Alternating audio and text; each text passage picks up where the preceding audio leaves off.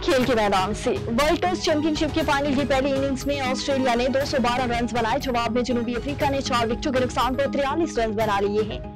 Lord's के मैदान में होने वाले टेस्ट चैंपियनशिप के फाइनल का टॉस जनूबी अफ्रीका के कप्तान टम्बा बाउ ने जीतकर पहले फील्डिंग का फैसला किया।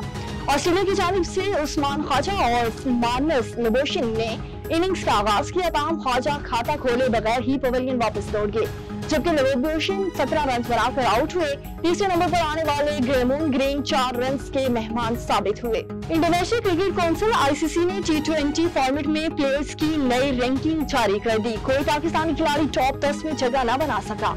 ICC T20 बैटर्स रैंकिंग में ऑस्ट्रेलिया के ट्रेविस हेड की पहली और भारत के अभिषेक शर्मा की दूसरी पोजीशन बदस्तूर बरकरार है।